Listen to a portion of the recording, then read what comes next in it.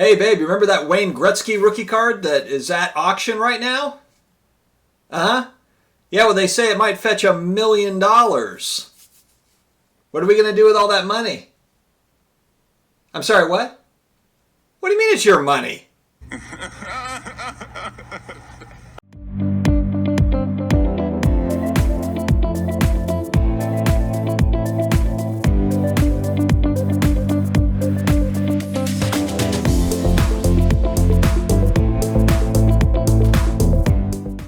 Hello, sports card collectors and investors, my collectibles friends. We are back again. It is Tuesday. I'm filming on Monday night. This is going to come out on Tuesday. I like doing this weekly show now, this kind of news and what's going on in the hobby show. It's fun. It's good times. And we've got a few really cool stories that I want to hit on. But first, let's get to a few housekeeping items. First off, we are doing our 5,000 subscriber thank you giveaway for the month of December on December 31st. For those that are new here, my mother-in-law makes these paintings behind me, and we are going to give away 2 paintings to 2 of our subscribers. All you have to do is subscribe to the channel, and then also you have to comment on one of my videos so that the randomizer finds you. I guess that's how it happens, how all the magic happens. I don't understand the technology. I just show up, and here we are. So I'm excited for that. December 31st, we're going to end the year right. We're going to pick 2 people that win, and it'll be essentially 3 options. So you'll give us 3 different cards that you want a painting of, and we'll pick the one that we can do, basically. So I'm excited for it. So thank you again for joining the crew. We appreciate all the subscriptions, and for all of you, this has been just becoming a nice community here. And I always enjoy, like I say, get in the comments. I like going back and forth with you all in the comments. I like kind of learning from you all too. This is not I don't want to talk at you. I'm just here facilitating. I like just starting the conversations and then getting into the comments with you guys in the DMs, etc., and talking about it. So thank you very much. All right, guys, pretty huge news, especially for hockey card collectors. One of my good buddies, Jeremy Lee, who runs Sportcards live YouTube channel. If you haven't checked out his channel, check it out immediately.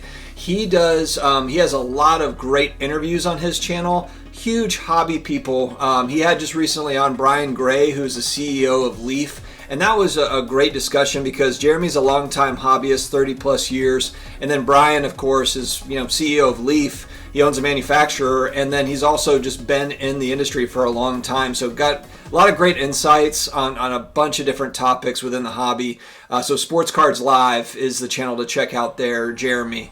But he was talking about on one of his latest interviews, there's a huge Wayne Gretzky sale going on now. It's at auction, and for people that aren't aware, his 79 Topps rookie OPC version is the more short printed version. The Topps was way more common, but that OPC version in a PSA 10, there's only 2 of them on the Pop Report, only 2 of them in existence, and one of them is up for auction. I think the bidding is at $700,000 or $800,000. It's expected to go over $1 million potentially, which I'm pretty certain would be the most expensive hockey card ever sold. So I think that everyone's kind of asking, especially hockey card collectors, what are the ramifications of that? Does that have a trickle-down effect on not just Wayne Gretzky cards, but other hockey cards? What about sports cards, etc.?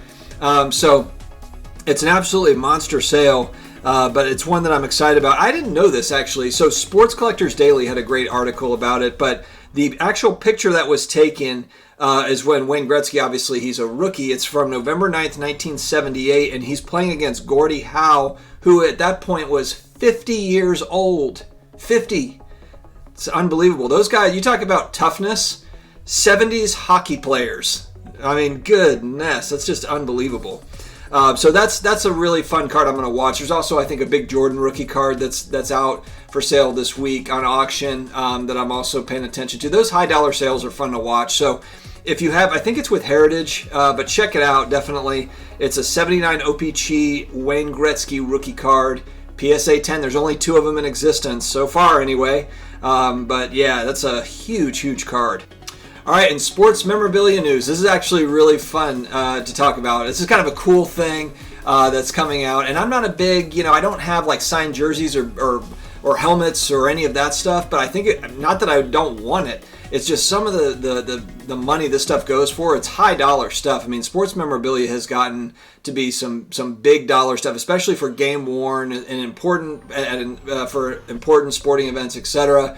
There is some serious money pouring in, and this is actually pretty cool. So Mike Tyson, this is one of the guys that, you know, I'm an 80s kid, so, you know, Mike Tyson was everything, you know, back then. He's had an up and down life for sure, but, you know, he was the whole story. I mean, you had Michael Jordan, you had big, obviously huge athletes in the 80s and 90s, but Mike Tyson was right up there when boxing was, this is before MMA and kind of all the other stuff had come around and really gained popularity. It's when, you know, Mike Tyson and Evander Holyfield and Buster Douglas and all these guys were facing off.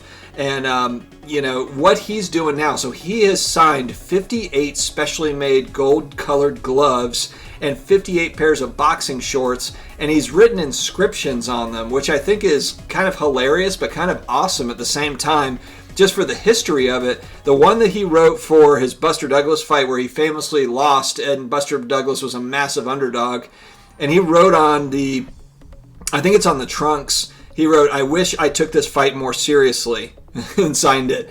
And then on the Evander Holyfield gloves, it says, "I bit his ear." You know, there's all these like kind of inscriptions that he wrote on these that are just kind of hilarious with his signature.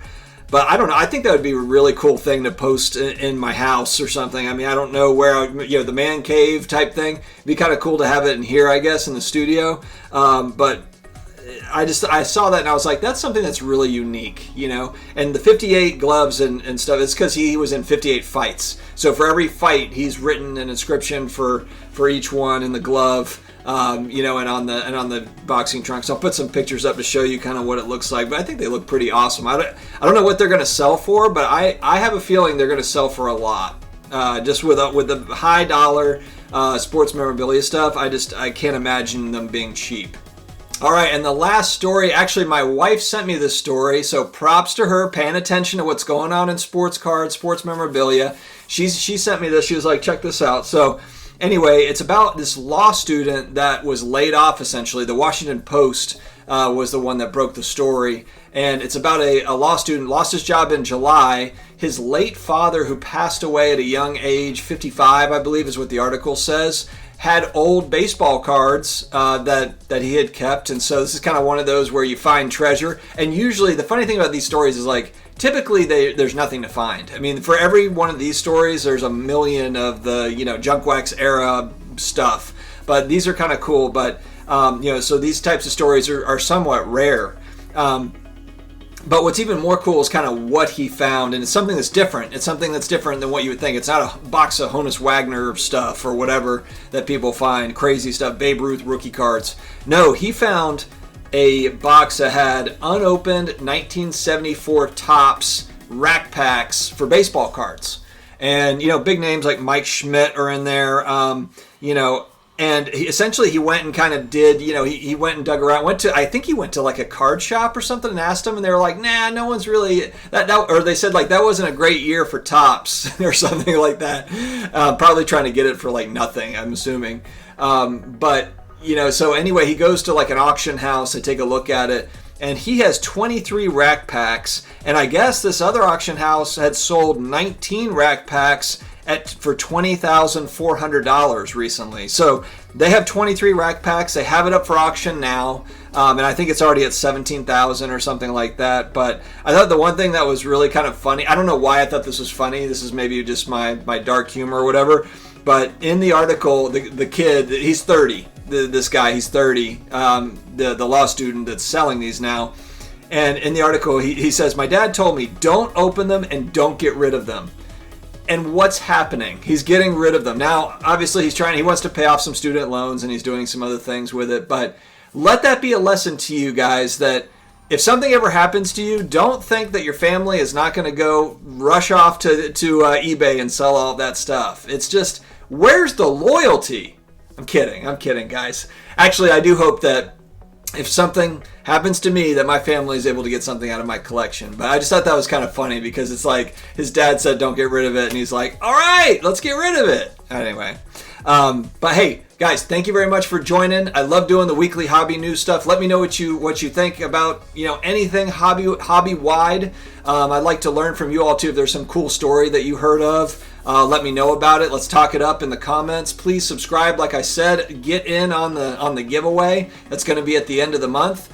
And have a great rest of your week, guys. Oh, and because it's coming out Tuesday, tonight, I'm filming this Monday. Tuesday night, I'm on with Vegas Fine 777 Chris.